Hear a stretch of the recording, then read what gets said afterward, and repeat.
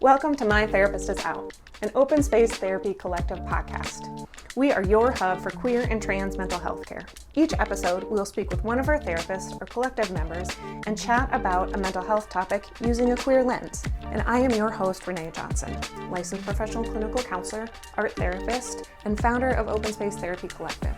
This week, we are chatting with therapist Kristen Crowe. Kristen is a licensed professional clinical counselor in California and is a dance movement therapist. Kristen specializes in working with couples, poly and ethical non-monogamy, and sex therapy. As we dive into today's topic, please keep in mind that this is a mental health podcast and we will talk about sensitive issues. If you would like to be informed of any trigger warnings, please read the podcast description. Hi, welcome to My Therapist Is Out, an open space therapy collective podcast. We have our lead therapist. What? Try that again. Hi, welcome to My Therapist Is Out, an open space therapy collective podcast. We have our lead therapist with us today, Kristen Crowe. Hello. Hi. And we are going to talk about how to self-care when you're first coming out as poly, which is a really important thing to take into consideration. Super. I think we underestimate how much self-care is required, especially in certain spaces, right? Absolutely. Absolutely. So before we dive in, maybe we should talk about poly a little bit and what it is and how we're going to talk about it today, because there's a lot of different relationship styles. Definitely. So I think this is definitely like a overview umbrella of the topic instead of like a deep dive into any one specific. Yeah, absolutely. And so whether it's ethical non-monogamy or polyamory or an open relationship or relational anarchy or whatever it is, we're going to kind of use this as an umbrella term because the self-care that we're going to talk about today really fits all of those different relationship styles. Yes. Cool. So to start off, why is it so important, especially when somebody's first coming out as poly, to really focus on the self-care piece? I think it has to do a lot with a lot of the stigma that is around this for people who might not understand. And so it's an immediate pushback for a lot of people or a lot of folks, right? Like who don't understand what it is. And so if you have a more solid base that you can attach yourself to within yourself, that maybe you won't be as shaken up for people who give you less supportive responses. Yeah. Very politely said. I chose my words very carefully with that one. Yeah. I mean, poly relationship styles really bring up a lot in people when you're telling them. And so they may have a reaction to it that's about them and not about you at all. And so their habit may be to project whatever their preconceived notions are. And that can be anywhere from like, that doesn't make any sense. I don't agree with that. Yeah. Does it mean your relationship is falling apart? How could you? Yeah. Are you cheating on your partner? Are you? Yeah. Which all sucks to hear when you finally at the point where you're like, no, I think I'm ready to expand the way that I am in my romantic relationships. Definitely. What's a good kind of framework to keep for yourself as you start telling your friends and family that you're going to or are in poly relationships? I feel like it has to, well, it doesn't have to. I guess my suggestion, right, would be to just feel how you feel about these things, right? Like really lean into how important these are to you and how they make you feel, and just kind of use that as your touch point. Like it doesn't have to be about the other person's reaction, right? It's you and your relationships with others. I feel like that is the cornerstone of how you should come back to it. Yeah. And I really like that, like taking the time to really sit and like really ground your feet in like, this is how I feel about having poly relationship style, and this is why I think it's good for me, and it makes me feel XYZ, whatever those good positive things are for you, that you're going down this path, and really stay in that place, which is easier said than done, of course, but Absolutely. taking that very intentional time before you go have these conversations. Mm-hmm. And I think also being graceful with yourself to realize that, like, as somebody comes at you with something that might be less than supportive, right? Like, to notice what that brings up for you, and then to sit with that and kind of sift through, is that something that I do feel a need to work on? Or is that ingrained learning that I've taken in from society or religion or wherever? And just notice that those are things that you can kind of think about and take and figure out for yourself. But, you know, really staying grounded in the why. Yeah, it's good for you. Yeah, and there can be a huge range of things that can come up if somebody has an intense or negative reaction to sharing. Yeah. What are some things that you've seen or that your clients have experienced when they're getting a negative response from somebody? Ooh. I feel like there are so many things. A lot of it is the self-doubt is a big piece. The doubt that this is something that can work, and something, fear that it just could start degrading into something else. Like, yeah. Yeah. And that self-doubt then questions the relationship or relationships that you do have, your ability to work through the things that come up as you start the polydynamics, and really can kind of be that snake that can undermine what wasn't being undermined in the first place. Yeah, it's a very insidious thought process, right? Yes. Like, the things that can kind of start to creep back in. Like, you think you've done all this work, and then somebody will say the thing, and you're like, oh wait, I found some more, right? And just, yeah, things they come up and they surprise you, and it might come up in one relationship and not another one, depending on your attachment to that other person. Yeah. That's a really great point. It's like, as this, for people that polydynamics are new for, your relationship and how you relate to one partner versus another partner are going to be really different, which then can bring up some of that insidious thought pattern that happened maybe a month ago. Is like, oh, wait a minute, I do feel differently about this person. Does that mean I don't care about my primary partner or my other partners at all? Yeah. And then it can also come up, like, if your partners are different genders, right? Like, sometimes it's like, oh no, it's okay because they present as this versus not this. And like, what does that mean in my own experience, right? So just noticing what things come up for you and how and when. What are some ways to notice without getting kind of overtaken by these questions or these self-doubts or these like, wait, I thought I was only into men, but I'm really now into this non-binary person, or I'm really finding myself wanting to spend more time with this woman. Like, what's a way to not get overtaken by those doubts and really just sit and be with what's happening? That sounds like a really huge practice, Renee.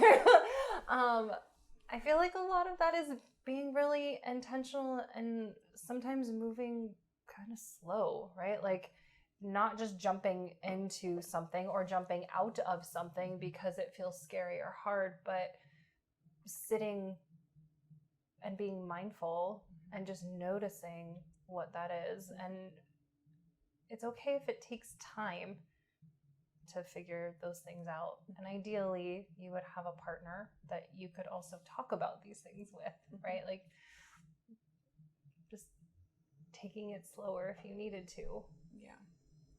Yeah, I think there's a practice that is something that I really have so much respect for in the polydynamics, is things go slower and they are much more intentional, and the communication skills are needed to be really good, otherwise it doesn't work. And so the polydynamics that work aren't these like Fast and Fury love bomb romances, because one, they never work, but like it will blow up the whole polycule, or it will like rock what you have going on. And if you're being really intentional, you're going to bring other people in that fit with the whole unit that you have going on and how you want to move forward in your relationships. Yeah, I agree with that. It is just, I have also seen, like people who jump in too quickly and they bring in, like you said, like not being intentional or thoughtful about the dynamics. And to be fair, like not all partners that you might pick might fit with another person, totally. Because you can't always figure that out off the bat, right? But like you said, the communication skills are really important to be able to talk about these things and navigate how you want all of this to interact with one another. Yeah. What do you need to know about your own jealousy?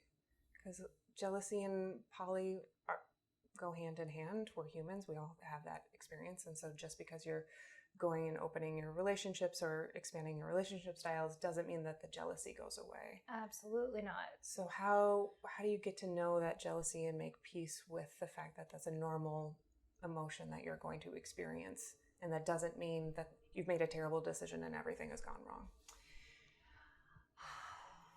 Yeah, a lot of times it's kind of coming up with a plan before the thing happens, right? So if your partner is going to go out with a new person, it can look like knowing that I already feel jealous about that kind of thing. So making a plan with your partner, what are you going to do together before that your partner goes out? What are you going to do for yourself while your partner is out? And that can be a self-care thing, that can be a distraction thing, that can be whatever you need. And then a plan for you and your partner to like debrief, but also reconnect afterwards. And just kind of tailoring that as you go along to see how that fits with you. And a lot of times that will settle. I mean, it doesn't eliminate, but it will settle the anxiety and the jealousy, the really intenseness in the moment. Yeah, that's very, very well put, is that it's not just like a one-time conversation. It's a practice that you have with your partner or your partners to have that intentional time together, apart and together, and not just be sitting at home being like, well, what are they doing now? And are they touching? Not going down that spiral, because it doesn't matter, and it's not going to do you any good. Yeah, it doesn't serve you at all to be ruminating on any of that. One of the things that I think is important to note too is part of what I've seen anyway, when jealousy kind of settles down, is it's the people who get jealous that does this mean I'm going to lose my partner, or they're going to leave me, or is this mean the relationship is over? And it's the separating and coming back together happening over and over again that helps really secure that attachment to that partner and can make that relationship a lot stronger with that reassurance, like, oh no, they are coming back, they're just going out with XYZ, and we've done this a million times and it's no big deal. Yeah, it's repatterning your brain and your nervous system, right? Like they are coming back, I can spend this time alone. We have that attachment to one another. And that definitely shows up differently with different attachment styles, but your attachment styles aren't fixed. So having that reparative experience over and over and over again is important. It is. How, with most people not being in a poly relationship and being in monogamous or single, or however they're identifying, how do you see the relationship norms showing up in media and in religion and in families, and how does that tend to affect the people who choose to be in poly relationships? I feel like we're still in such like a monogamous society, and that is what's really shown like prominently in things. And religions tend to be slower moving in terms of progression. You're being so polite today. I am really polite today. Where is blunt, Kristen? I don't know. Yeah. So I think that like the harder you work to unlearn some things, like you are still getting the constant feedback of like monogamy is the only appropriate solution, right? And so like I feel like it's a constant process, even as you get more secure in your relationship style, right? Yeah. That you're still gonna have this barrage of, I don't even know if that was your question at this point. Yeah, absolutely.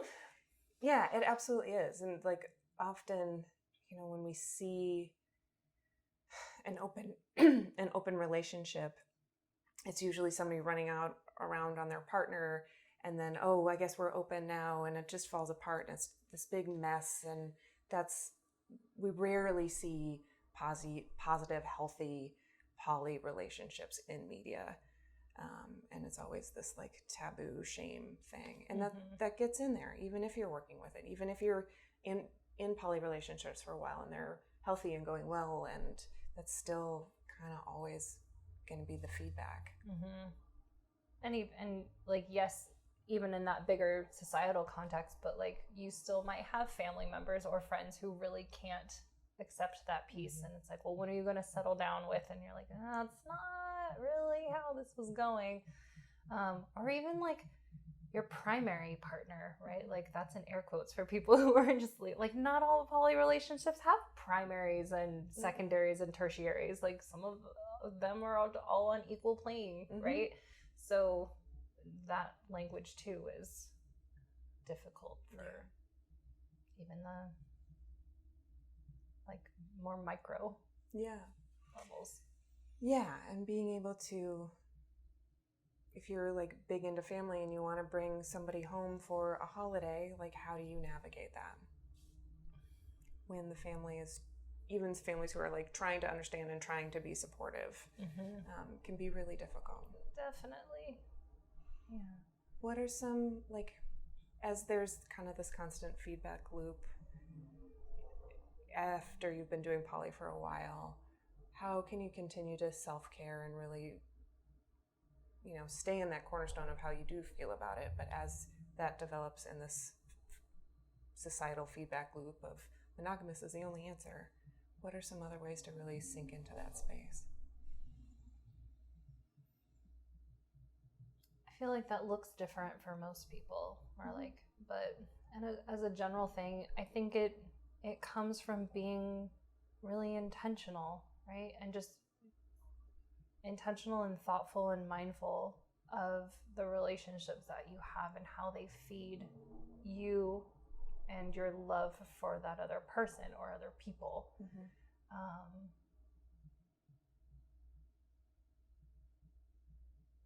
Yeah. I feel like I'm missing something, but brain is not firing on whatever that other piece is right now. Correct me if I'm wrong here, but part of what I'm hearing you get at is you're not alone in this process and relying on those partners, or even if you have other friends that are poly in those relationships, and doing a lot of processing and talking about and spending time with people who do share a similar relationship style and value set, so you're not so isolated. Sure, that one works. Is that what I said? I don't think that's what I said, but I like that. That's true. It is true. Yeah. Having an expanded support system of people who can identify with that kind of can help turn the volume down on some of that other stuff. Yeah, totally. What about when there's like discourse within the polycule? How do you self-care then?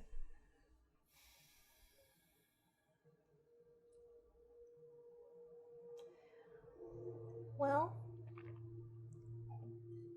I think that comes with that's the self-care in a relationship piece, right? Like how do you make sure that your needs are being met, that you are being heard and you feel valued, right? Because just because you're in a poly relationship also doesn't mean that it has to be forever. Like there are breakups and there are disruptions to that. And I think open communication and being able to practice those skills and see if you can be heard and doing your own personal individual self-care to make sure you feel like a whole person by yourself. Like, right? Like you want that in normal day-to-day life, right? And that's just as important to practice in relationships. Yeah, that's that. Who are you as an independent person is first, and not getting fully swept up into the polycule and into the relationships and having that take over the identity or your identity. Yeah, because just because you practice polyamory doesn't mean that that is your entire being, right? So no. Okay. What are some examples of how to communicate with a partner or with partners when you're needing reassurance or when you're needing some more validation or self-care that are healthy ways to do that? I feel like the most often one that comes out of my mouth is like using an I statement. I need this. I feel this, instead of you always X, right? Like framing it, because it is a need or a want from you, right? And you are hoping that this other person can meet this, but giving them also the option and autonomy to be like, that's not something that I can give you. Yeah. Right? But just being really open and honest about your needs and not expecting the other person to be a mind reader, not expecting, I guess that's the most important one. Other people can't read your mind. No. And nor can they fulfill your every need. Yeah. And maybe that's just in that moment. Maybe that's what you need out of a relationship isn't something this person can provide. But yeah, I love that. Like, hey, I'm feeling some sort of way. It would be really helpful for me if blah, blah, blah. Are you able to do that? And not, you need to do this because I'm feeling like this kind of way and it's all your fault. Like, right. Doesn't work. I don't even want you to talk to me like that. Yeah, like it's so, yeah, definitely. And also something that my clients practice at times is the like, okay, so the thing that I'm telling myself is this, insert negative story, right? Can you confirm or deny that that's a thing? Right? And so giving the other person the opportunity to be like, yeah, nobody thinks that. Yeah. That's just in your head. Like, can we deprogram that a little bit? So. Yeah, I love that one. And because it kind of takes the heaviness out of it, is like the story in my mind or the thing my brain is telling me or the thoughts that are coming up keeps it out of like, I think and feel this. It's just like, this is happening. Maybe, Help? Maybe not. And really puts you and your partner or your partners on the same team instead of adversarial. Yeah. It doesn't have to be combating like each other. It can be combating this thought process that won't go away. Yeah. Which often has nothing to do with what's actually happening. 99% of the time, no.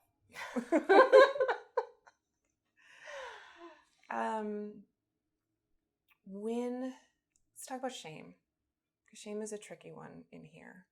What are some ways that you see shame coming up and sabotaging some of the poly dynamics?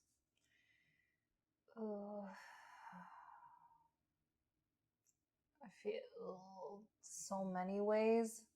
Like it can be feeling shame for like not spending enough time with one partner or another. It can be shame for, or sometimes shame is imposed by other people, right? Not just on yourself. Or like, why do you do this with so-and-so, but you don't do this with me? Or, which I guess is not necessarily healthy communication, but happens because our stuff comes up, right? Or the societal religious shame of kind of what we were talking about before. Like, I feel like shame runs rampant in a lot of different ways, and it can show up a lot of different ways. And if it's a constant thing, then it can start to erode the relationships that you're in. I mean, I even think that question of why do you do this with that person but you don't do it with me can be an expression of a shame thought, or like what shame seed has turned into something's wrong, I'm not good enough, the relationships aren't good enough, I'm going to now project this onto my partner and how we're engaging. Yeah. I think that's a lot of practicing your communication, right? And like the non-violent communication too. That's the word. Right? Like it's not, trying to take the blame out of these things and kind of understanding where the root is that is. Am I feeling jealous? Am I feeling lonely? Am I feeling, and where does that come from and why? Yeah. And the shame piece tends to usually, tell me if you think I'm wrong here, be something very deep rooted from many, many, many years ago and many, many other things. It's rare to have shame be a current relatable thing that's happening in the moment. That tends to be a really old feeling that comes up. Yeah, I would agree with that.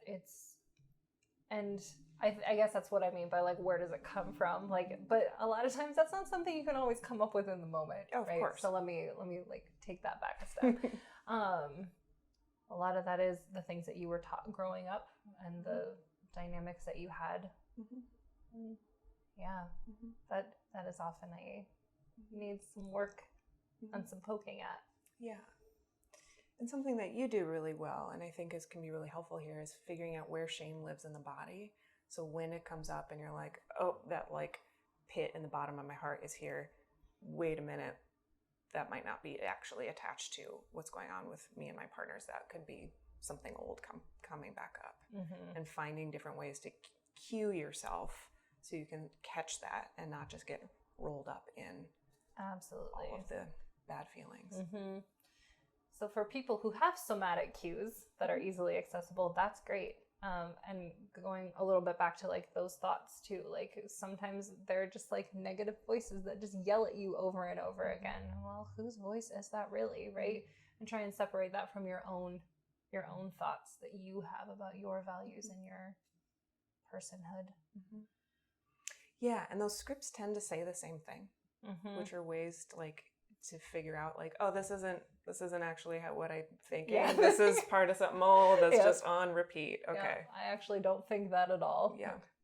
But it's that practice of catching it over and over again, and disrupting that cycle is hard. It's really hard. Because you are so used to that feeling or that script that like it's part of your everyday experience.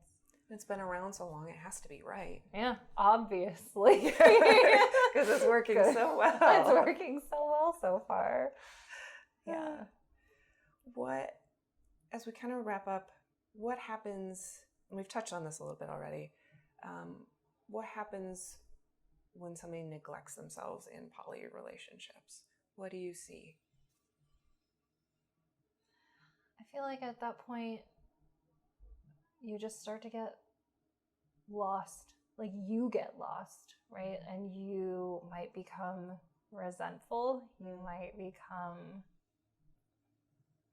like you lose because at that point, or, I guess in general, right? Like if you neglect, like step back a bit. If you neglect yourself in general and you just give yourself to other people, your friends, your family, your relationship, like you don't have anything left for you. You feel like you are always giving and nothing is coming back to you.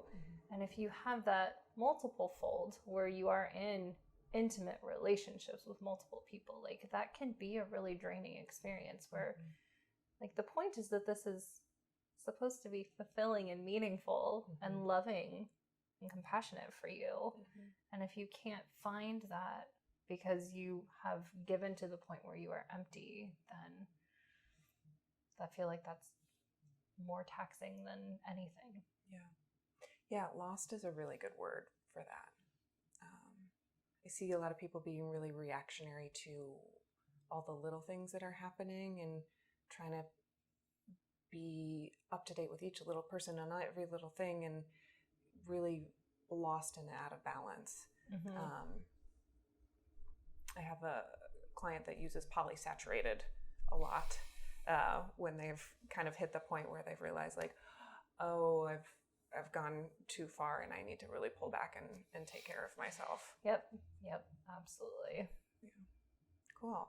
What are we missing as far as self-care? That it's important. Do it. Do it. Yeah.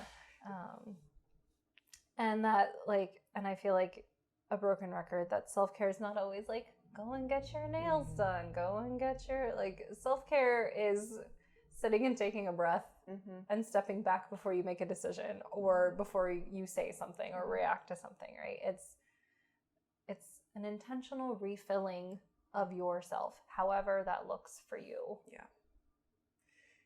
Yeah, which is really important. That has to be something that fills you up. Yeah. Like, I hate going to the nail salon. I love getting my nails done, but like the 45 minutes it takes, like, is exhausting and it drains me. And so that's not going to work for me.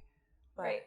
Going on a long walk, having some time with a friend, doing things that are more life-giving will work. And it's going to be different for somebody else. And it might be different depending on the day. Totally. Right?